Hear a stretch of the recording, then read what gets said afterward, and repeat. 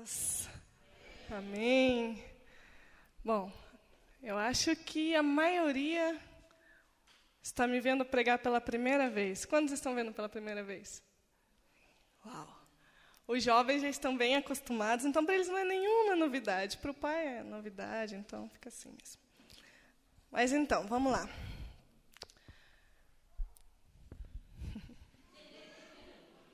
Não, nervosismo de estar aqui em cima, ó.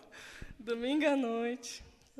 O Rede Jovens é mais fácil que eu falar a linguagem, então vocês me perdoem o jeito que eu falar, dependendo da linguagem. Mas vamos lá.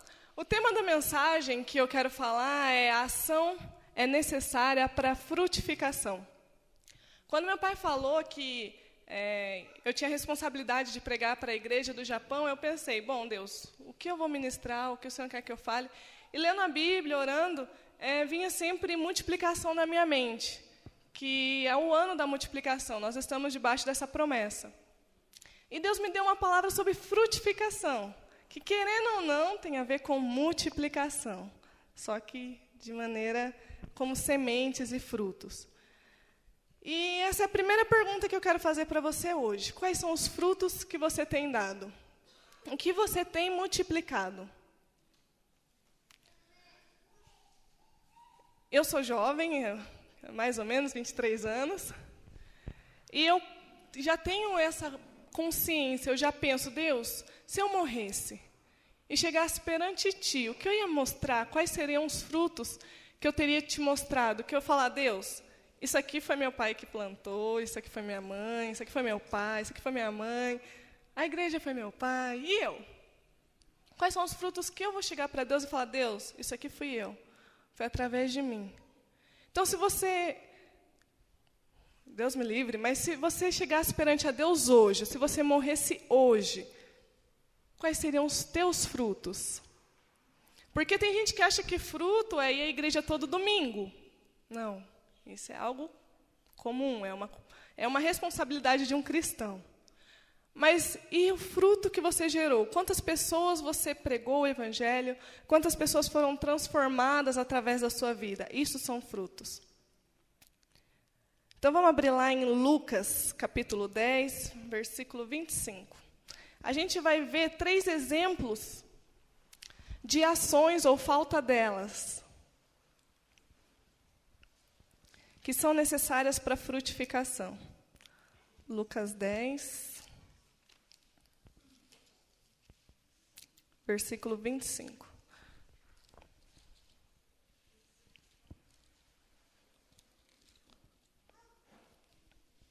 Ana Flávia, faz um favor, pega meu celular ali, que eu tenho medo de passar do horário.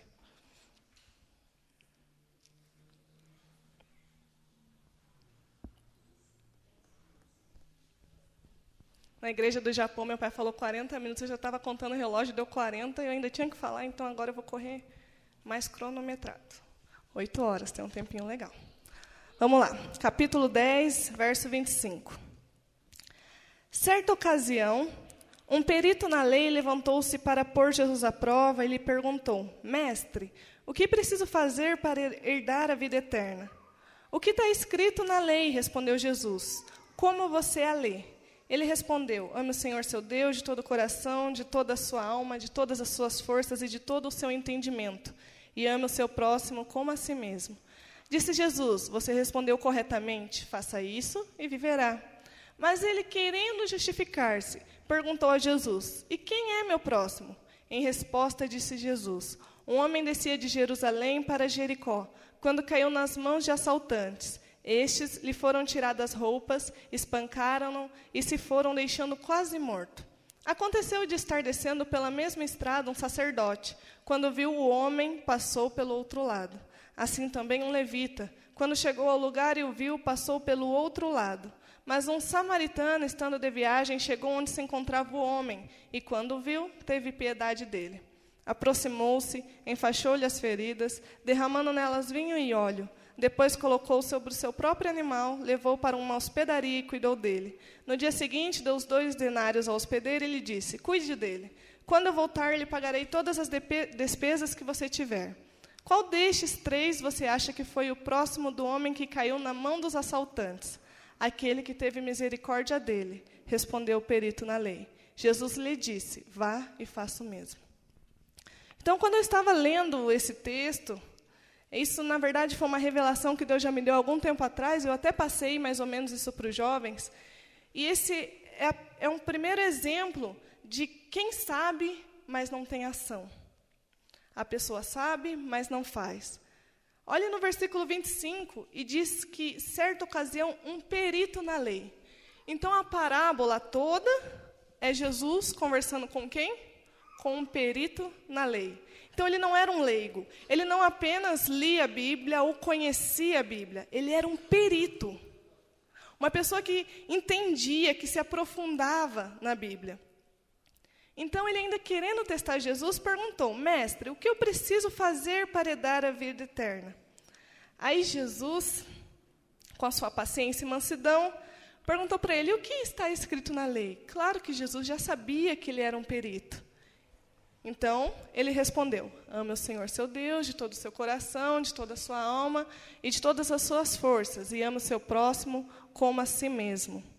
Aí Jesus disse, versículo 28, eu gostaria que vocês acompanhassem, porque são muitos textos, muitos mesmo. Então, eu vou falar meio rapidinho. Desculpa, Nayane, eu sei que vou dar trabalho hoje. Mas quem tiver com a Bíblia fica mais fácil de acompanhar. E aí, no versículo 28, Jesus disse, você respondeu corretamente, faça isso e viverá. Então, o que Jesus quis dizer com esse faça? Isso, meu filho, você respondeu corretamente, agora faça isso. Então, ele quis dizer assim, exemplo, Aparecida, você já sabe que não pode mentir, então faça agora. O que na Bíblia fala sobre mentira? Você sabe. Então agora faça. É mais ou menos isso que Jesus quis dizer para o perito da lei. Mas, nós, quando somos acusados, ou quando somos confrontados sobre o que nós fazemos ou deixamos de fazer, a nossa primeira atitude é fazer o quê? Dar desculpa. De acordo está aqui no versículo 29, foi a mesma coisa que o perito fez. Quando a mãe fala assim, filho, por que você não arrumou seu quarto? Ele não vai falar assim, mãe, eu me errei porque eu fiquei com preguiça e deixei o tempo passar. Não, ele vai falar, não, mãe, eu estava sem tempo. Estava no computador. Mãe, eu estava sem tempo, eu não tinha como limpar o quarto, eu fiquei estudando. A gente sempre tem desculpas. Então, foi isso que o perito fez. Ele respondeu, querendo justificar-se. Tem algumas traduções que falam, ele quis dar umas desculpas. E ele perguntou a Jesus, quem é o meu próximo? É uma pergunta tão óbvia, não é verdade? Jesus poderia ter falado assim, quem é o próximo? Olha para o lado, é tão simples. Quem é seu próximo? Aí Jesus, ele sabia como responder. Jesus sabia como ensinar-lhe, ao ponto que ele ia conseguir entender. E deixou diminuir o orgulho dele. Porque a gente tem costume de, quando acha que sabe muito sobre a Bíblia e encontra com alguém que acha que sabe menos, a gente quer mostrar que sabe. Então, Jesus sabia mais ou menos não, Jesus sabia o que falar com ele. Então, ele perguntou, quem é meu próximo? Aí foi que Jesus começou toda a parábola. Aí ele, igual a gente já leu, o homem descia de Jerusalém para Jericó. Meu pai já pregou também sobre Jerusalém e Jericó. E aconteceu que, descendo por essa estrada, apareceu quem? Um sacerdote. Primeiramente, foi um sacerdote. Quem é o sacerdote? Sacerdote é aquele que tem o cargo eclesiástico maior na igreja. Então, ele quis dizer que eram os pastores, os mestres da Bíblia. E esse homem passou na estrada, viu o cara lá todo ensanguentado, viu ele judiado, e passou pelo outro lado. Mais para frente, foi também quem? Um levita. Alguém sabe o que é levita? Quem é do Ministério de Louvor? Vocês são levitas. Levitas são todos aqueles que exercem alguma função para o funcionamento do culto. Então, vocês são levitas. Mas esse levita, o que ele fez, passou também do outro lado. E foi um samaritano que ajudou um homem. Uma pessoa que era totalmente contrária ao que as pessoas imaginavam. Foi aquele que teve compaixão do homem. Então ele foi, cuidou dele, fez todas as coisas. Aí no versículo 36, Jesus pergunta para ele, qual desses homens que foi o próximo? O que você acha que era o próximo daquele homem? Aí no versículo 37, dá toda a resposta da parábola. Aquele que teve misericórdia dele. Então quem é o seu próximo? Aquele a quem você se compadece. Quem é o seu próximo? Aquele que você olha e passa para o outro lado? Não, aquele que você olha e faz alguma coisa por ele. Este é o teu próximo. Você pode estar cercado por milhares de pessoas, mas se você não ajuda ninguém, não são seu próximo. Mas talvez alguém no seu trabalho você vê todos os dias. Esse pode ser o teu próximo. Pode ser o teu próximo aquele mendigo que você encontra quando vai para o centro. Este é o teu próximo, aquele que você faz algo por ele. Esse é o seu próximo. Olha que incrível isso. O teu próximo pode ser qualquer um. Esse foi um exemplo do perito da lei, daquele que conhece, mas não faz. Vamos para o segundo exemplo. Mateus capítulo 21.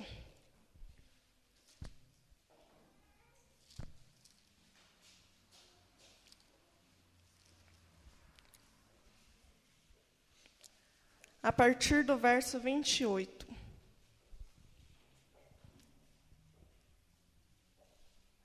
Agora a gente vai ver algo bem comum nas igrejas. Mais um exemplo de ação ou não ação.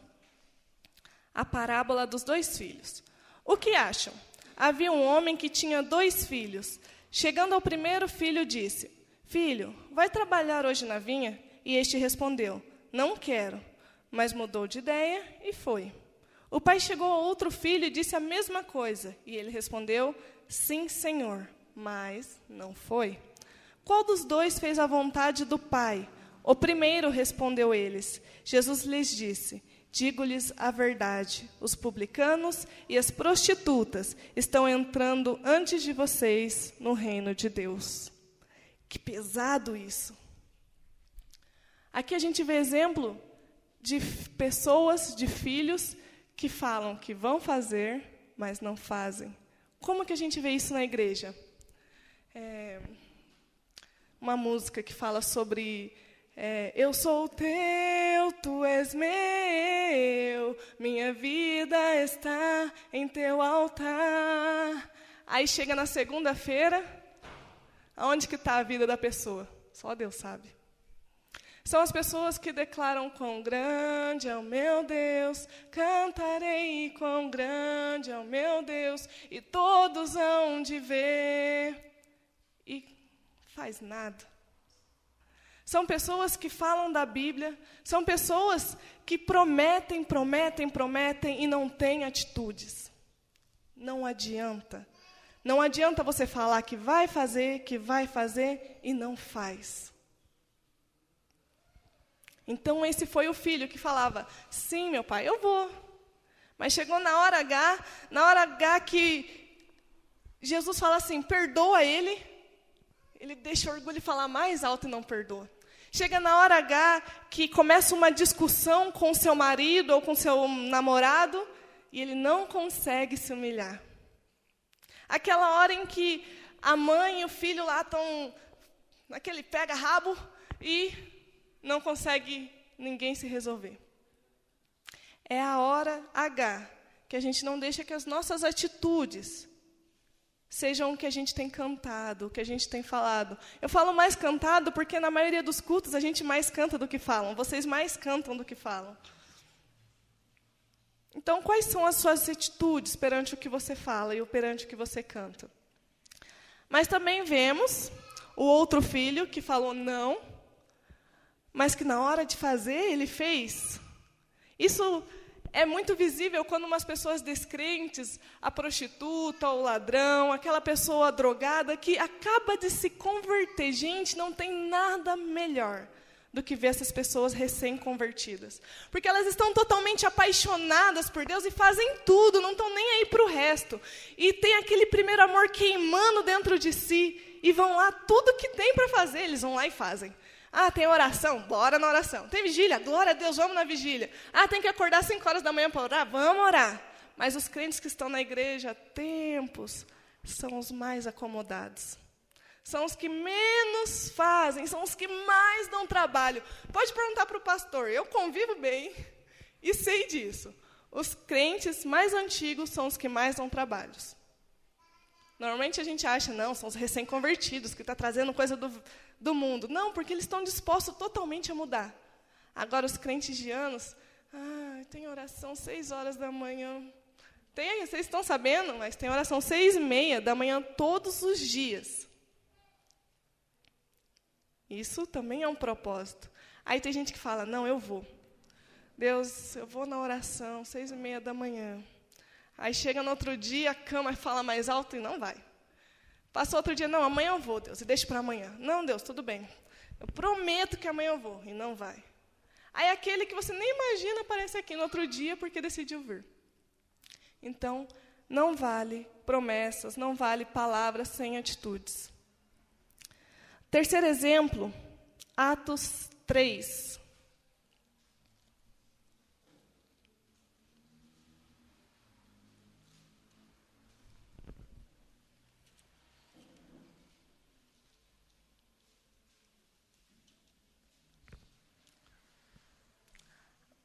Atos 3. Isso é legal, nós vamos falar de 2 pessoas que suas vidas eram de atitudes.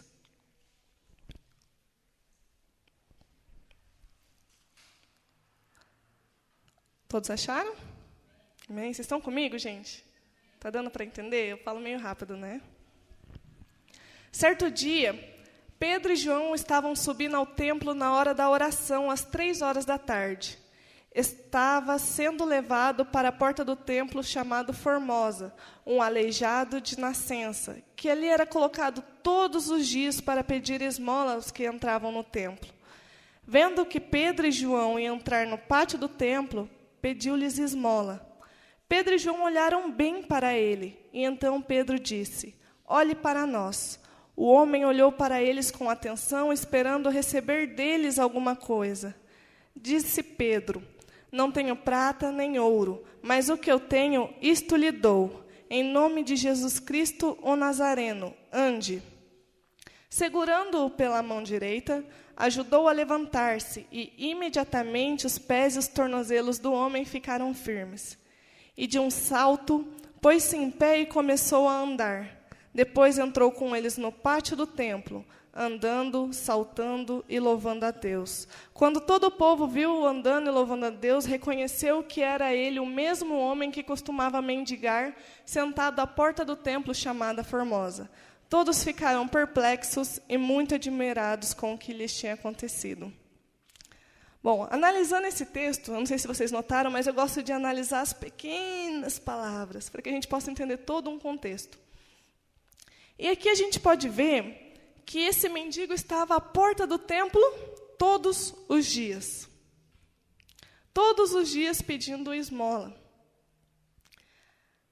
É engraçado imaginar que durante anos e anos esse aleijado estava ali. E ninguém fazia nada a não ser lhe dar as esmolas. Era de esmola que ele precisava? Talvez na visão dele era. Mas a cura, a transformação, só veio por 2 pessoas que tiveram atitude. Então, estava todos os dias ali para pedir a esmola aos que entravam no templo. E quando viu Pedro e João,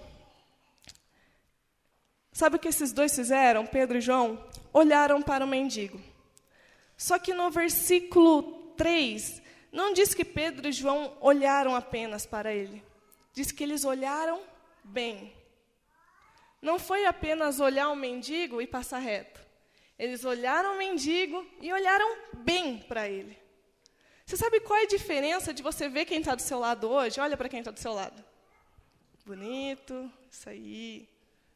Olha para quem está do seu lado. Isso, você olhou. Mas agora, olha bem para ele.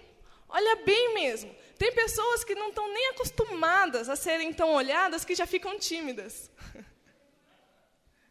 Tem pessoas que não estão nem tão acostumadas a pessoas estarem preocupadas com elas, que têm medo de mostrar algo que está guardado nelas. Mas agora eu desafio você, olha de novo. Olha bem. Sabia que dentro dessa pessoa tem muitas e muitas coisas acontecendo com ela? Pararam de olhar muito rápido, continua olhando. Continua olhando, não fica com vergonha, não. Tem casados que estão aí, anos casados, estão vendo que está com vergonha de olhar? Olha bem mesmo. Você está vendo um rostinho bonito, mas dentro deles passa mil e milhares e milhares de pensamentos. Então, assim como Pedro e João olharam bem para o aleijado, nós devemos olhar bem para as pessoas. Esse aleijado estava todos os dias na porta do templo. Quantas pessoas estão todos os dias à nossa volta? Quantas pessoas estão todos os dias aqui perto da entrada? Na Bíblia fala que você é casa de Deus, morada do Pai. Quantas vezes pessoas passam por você e você olha, mas não vê? Gostei da frase, olha, mas não vê. Acho que existe, né? Não sei. Mas, enfim. Você passa todos os dias por milhares de pessoas, talvez andando de ônibus. Mas e o que você faz por ela? É igual a gente contou na primeira história. Aqui foi Pedro e João que olharam bem para ele. Sabe o que ele falou? Olhe para nós. No final do verso 4. Ele ainda chamou a atenção do aleijado para eles. Então ele falou, olhe para nós. Agora peça para quem está do seu lado, olhe para mim. Está olhando? Falou? Olha para mim. Isso, agora ficou melhor.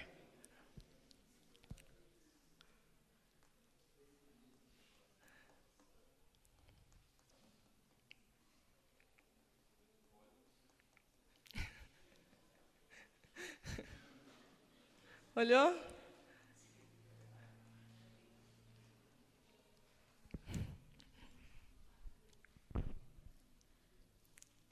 Tem pessoas lá fora que anseiam te ver.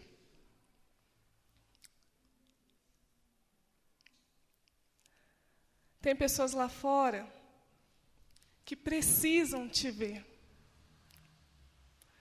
E a gente normalmente tende a se esconder. Normalmente, a gente quer ficar no nosso mundinho, na nossa vida, mas pessoas anseiam para que você diga, olhe para mim. Está vendo? Eu tenho algo diferente. Você pode olhar para mim? Olha como eu vivo. Olha só o que eu tenho para apresentar a você. Olha para mim. Eu sou diferente. Você tem algo diferente dentro de você. E é uma responsabilidade muito grande você dizer, olha para mim. Será que você é exemplo para poder dizer isso? Será que as pessoas olham para você e veem um cristão de verdade? Então é muita responsabilidade dizer, olha para mim. Será que as pessoas, quando olham para você, veem Deus em você? Porque, assim, eu não sei vocês, mas eu vejo o evangelho tão deturpado hoje. A gente vê meio de escândalos. Os evangélicos hoje são vistos como ladrões, vistos como hipócritas, como mentirosos, como aqueles que defendem algo que não vivem. Por que isso? Porque não vivem. Não são aquilo que realmente a Bíblia diz que é para eles serem. Você é o quê? Não existe meio termo. Eu sou cristão ou eu não sou cristão. Perdão, não existe meio termo, eu sou cristão, mas eu sou meio cristão. Ou você é ou você não é.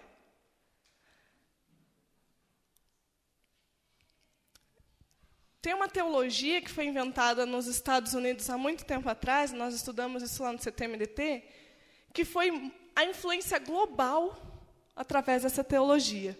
Qual é a teologia? Que diz que quando você aceita Jesus, você está salvo. Mas não é assim. Não basta apenas fazer uma oração de confissão. Suas atitudes têm que refletir esta oração. Suas atitudes têm que refletir o que você declara. A gente vai ver isso mais para frente. Bom, aí no versículo 6, Pedro lhe disse, não tenho prata nem ouro, mas o que eu tenho, isto lhe dou. Em nome de Jesus Cristo Nazareno, ande. Olha só que legal. Eles não tinham prata nem ouro, mas eles tinham algo mais precioso. Diga, eu tenho algo precioso. Olha para quem está do seu lado. Você tem algo precioso. Que é além de dinheiro. Que é além do que as pessoas esperam de você. Você tem Jesus Cristo. A mensagem de Cristo. Você conhece isso aqui, ó. Você sabe que há cura. Você sabe que Jesus Cristo cura. E quantas pessoas precisam dessa cura? Você tem algo tão precioso, e é isso que eu tenho falado, sobre você fazer ações para lançar a semente.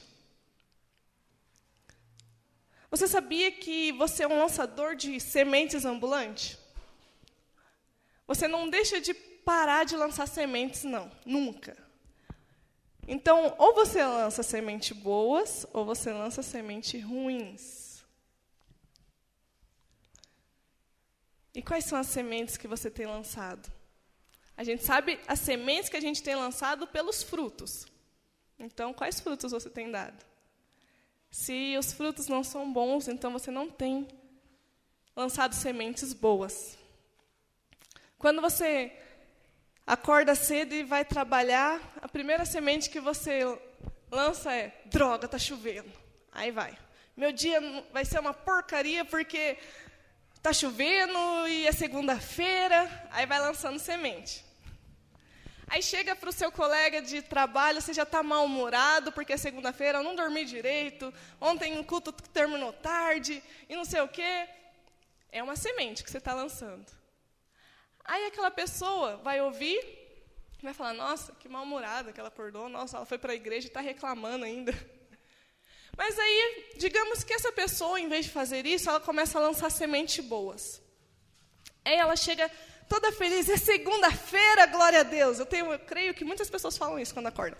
Segunda-feira, glória a Deus, aleluia, Deus, obrigado por esse dia maravilhoso, por essa chuva maravilhosa que está regando a terra. Glória a Deus, chega lá no trabalho, todo feliz, meu querido. Ontem eu fui para a igreja e o culto foi uma bênção, foi sensacional, o pastor pregou sobre isso, foi tão lindo. Nossa, foi tão bom sentir a presença de Deus. Aí, querendo ou não, você lançou uma semente. Talvez você nem lembre do que falou. Mas daí, passou uma semana, 2, e a semente foi lançada. Aí a semente está lá na cabecinha dela. Aí ela começa a passar por uns problemas e pensa, nossa, mas aquela pessoa que trabalha comigo falou que o culto foi uma bênção. Será realmente que igreja é isso que eles falam? Ou é o que essa pessoa me fala? Será mesmo que Deus pode falar com ela? Será que Deus existe? E a semente vai crescendo. Você pode imaginar, eu consigo imaginar as raízes. A semente lá dentro e as raízes crescendo no cérebro dela. Sim, é assim que eu imagino. E as raízes vão crescendo e cada indagação que ela vai fazendo, isso vai crescendo dentro dela. E vai crescendo, até que chega um ponto que ela fala, meu Deus, Deus existe? Deus, será que não existe? Aí vai, procura uma Bíblia. E você não sabe o quanto essa semente pode crescer dentro dela. Talvez ela até chegue para você e fale, eu preciso ir para a igreja. Eu preciso saber isso, se Deus existe, se não existe. E foi uma semente que talvez você nem percebeu que lançou. Mas toda semente que você lança, ela vai ter um fruto. Nesse MDA, o modelo de discipulado apostólico, é a melhor oportunidade que tem para fazer isso. Porque o ênfase é isso. É a igreja, não aqui dentro, é a igreja lá fora. É a igreja nas casas, é a igreja nos trabalhos, é a igreja nas escolas. A ênfase é vocês ser isso aqui, ó. Pedro e João, aonde vai lançando semente. Aonde vai falando de Deus. Aonde vai lançando e lançando, e vai colhendo, e vai convidando pessoas para ir na célula, e vai convidando pessoas para ir na reunião em casa, vai convidando pessoas para ir à igreja. É isso. Isso é o que Deus planejou para a igreja. Ele nunca quis que você chegasse no domingo à noite, viesse aqui no culto, fosse para casa, passasse uma semana.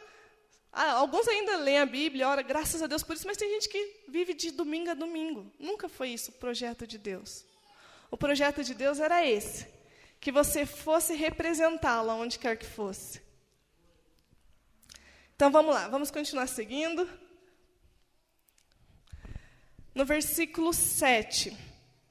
Depois que Pedro declara isso, ele não apenas declara, o que nós vemos aqui? Segurando-o pela mão direita, ajudou a levantar-se. Olha só que lindo. Falando igual meu pai, que lindo. Ele, além de segurar pela mão direita do aleijado, ele ajudou a levantar-se. Ele não apenas falou, ele investiu no aleijado. Você não apenas tem que falar para as pessoas, mas você tem que discipulá-las, você tem que ajudá-las a levantar. É mais do que falar, é mais do que apenas ver, é mais do que essa coisa simples. É você fazer parte daquilo de uma maneira direta. É deixar Deus te usar plenamente. Então, isso foi o que Pedro e João fizeram. Aí foi que depois eles entraram no pátio do templo. Aqui não fala que o aleijado saiu pulando sozinho, correndo, não. Aqui diz que os 3 foram juntos, louvando e adorando a Deus. É sensacional isso. Imagina o que é você curar alguém. E você louvar a Deus por isso. Alegria compartilhada. Queira mais do que vir aos cultos à noite. Deus tem mais para você. Então, o principal de tudo que eu falei aqui é sobre frutos. Que para você lançar semente, para você gerar frutos, você tem que ter atitudes. E vamos falar sobre um pouquinho as sementes no Mateus 7. Mateus 7, versículo 20.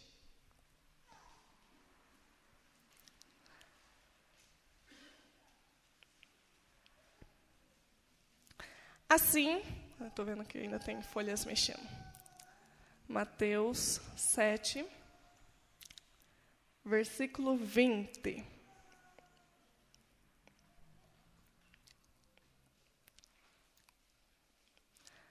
Assim, pelos seus frutos, vocês o reconhecerão. Nem todo aquele que diz, Senhor, Senhor, entrará no reino dos céus, mas apenas aquele que faz a vontade de meu Pai que estás nos céus. Muitos me dirão naquele dia, Senhor, Senhor, não profetizamos em Teu nome? Em Teu nome não expulsamos demônios e não realizamos muitos milagres? Então eu lhes direi claramente, nunca os conheci, afastem-se do mal. Porque foi aquilo que eu falei. Não basta apenas dizer Senhor, Senhor, não basta apenas você profetizar, você expulsar demônios, se você não der de comer, não der de beber aos filhos de Deus. Na Bíblia também fala, eu acho que eu esqueci de anotar o texto, em que fala que muitos dirão naquele dia que fizeram tantas coisas, mas aí Jesus vai falar assim, não, mas vocês deixaram de me visitar na prisão, vocês deixaram de me dar de comer, vocês deixaram de me visitar nos hospitais. Então não adianta você estar aqui no culto todos os domingos dizendo, Senhor, Senhor, e não fazer nada disso. Triste, muito triste, porque muitos pensam que é isso, mas não é. O culto é essencial, sim, mas é essencial você ir fazer além do culto. Mateus 25.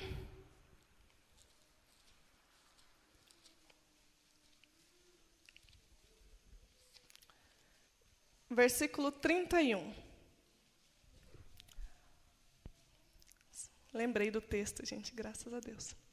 Quando o Filho do Homem vier em sua glória, com todos os anjos, assentar-se-á em seu trono na glória celestial.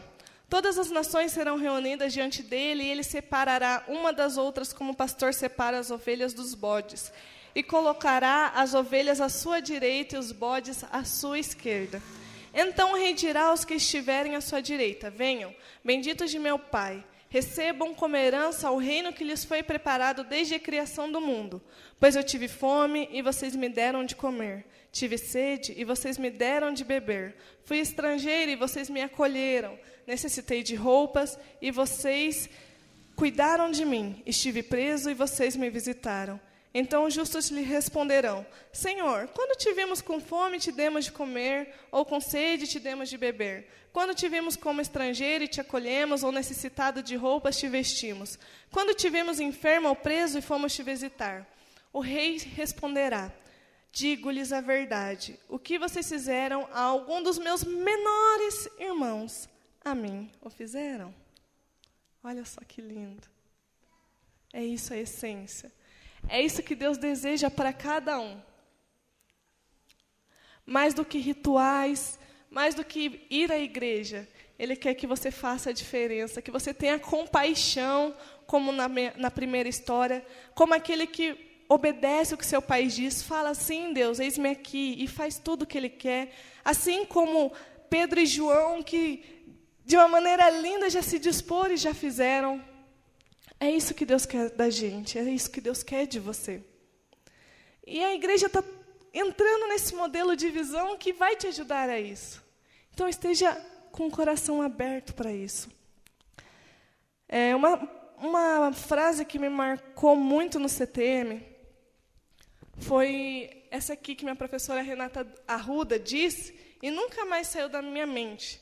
Foi isso aqui: você não sabe o que uma semente pode se tornar, ou você não sabe em que árvore pode se tornar uma semente. Então, se preocupe com o que você tem lançado. Como eu falei, você está gerando todo o tempo, você está lançando semente todo o tempo. Mas, infelizmente, o diabo tenta de todas as formas nos fazer esquecer disso. Então, quais sementes você tem lançado? O que você tem feito? Amém? Eu quero falar sobre alguns avivamentos que têm acontecido em alguns países. Isso aqui foi relato do ano passado. Então, hoje, com certeza, está maior. Mas um dos maiores lugares que está acontecendo avivamento é na Índia, no estado de Orissa, na China, na Mongólia, na Camboja e na África. E eu quero ler para vocês quais são os métodos que eles adotaram para este crescimento. E você vai ver que não é nada de tão extraordinário. São as pequenas sementes que eles estão preocupados em lançar. Então, olha aqui, na Índia. Lá nasce uma igreja por dia. Sabe quais são os ênfases dele? Eles dão ênfase nos estudos bíblicos, ênfase nas igrejas em casas e ênfase no princípio 222. Alguém sabe o que é princípio 222? Não? Então vamos abrir lá. Esse é um dos princípios mais importantes do evangelismo. É fácil de lembrar, por isso que é princípio 222. 2 Timóteo 2:2. Vamos abrir lá, só para vocês aprenderem. Isso aqui é muito importante, é conhecido no mundo inteiro. 2 Timóteo.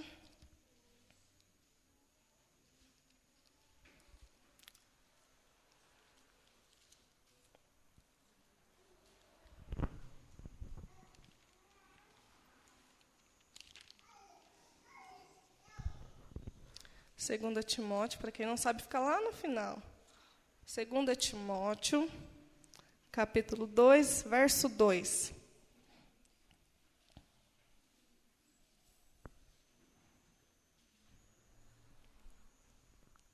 Quando o diabo vir acusar você que você não tem nada para oferecer, ou que você não pode oferecer, lembra para ele desse princípio 222.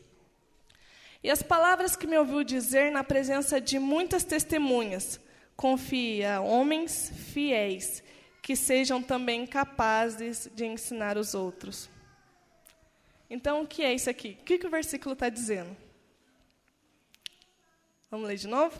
E as palavras que me ouviu dizer na presença de muitas testemunhas, confie também a homens fiéis, que sejam também capazes de ensinar os outros. Está dizendo que pessoas comuns são capazes de ensinar as outras. Pessoas leigas, pessoas que sejam fiéis, desde que seja fiel, já está pronto para ensinar os outros. Então, esse princípio está sendo muito aplicado, está sendo muito ensinado lá na Índia. O estado de Orissa, a ênfase é no treinamento bivocacional de todos os membros da igreja. O que é treinamento bivocacional? Que além da sua profissão, você é o quê? Um discípulo de Cristo. Você pode usar a sua profissão para ganhar vidas. Aí você pensa, eu trabalho demais, não tenho tempo para falar de Deus, não.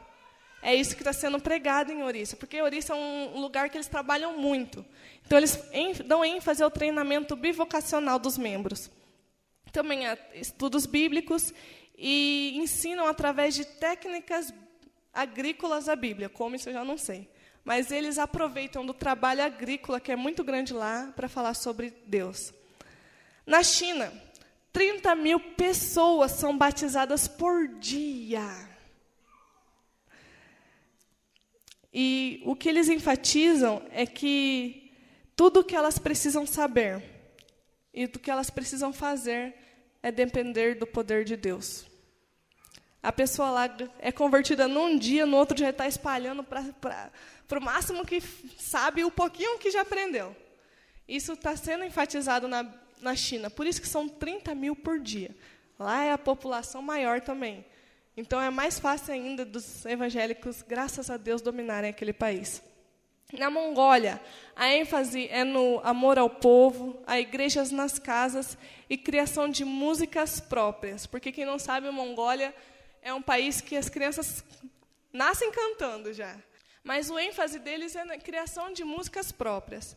Na Camboja, a ênfase é na prática do acúmulo de informações e de tecnologia. Eles pegam CDs, pegam panfletos e vão distribuindo ao máximo que podem. Na África, nos últimos 100 anos, o número de cristãos pulou de 9 milhões para mais de 360 milhões. E a ênfase é na oração e histórias da Bíblia compartilhadas boca a boca. E o terceiro ênfase que eles falam muito é que ninguém se importa com o que você sabe, mas com o que você faz. Então, você pode ver que todos os avivamentos não estão falando de grandes cultos, não estão falando de grandes igrejas que mudaram a nação, estão falando do quê? De pessoas que lançam sementes. Então, já pensou se cada um aqui tivesse a consciência disso? De que ele é um semeador. Você tem essa autoridade. Fala assim para você mesmo. Eu tenho algo poderoso. E você tem que crer nisso, que você tem algo tão grande que não cabe para você só. Você tem algo tão grande que você não pode deixar de compartilhar, que é Cristo. Amém? Então é isso que eu quero deixar para vocês essa noite. Eu queria chamar o pastor.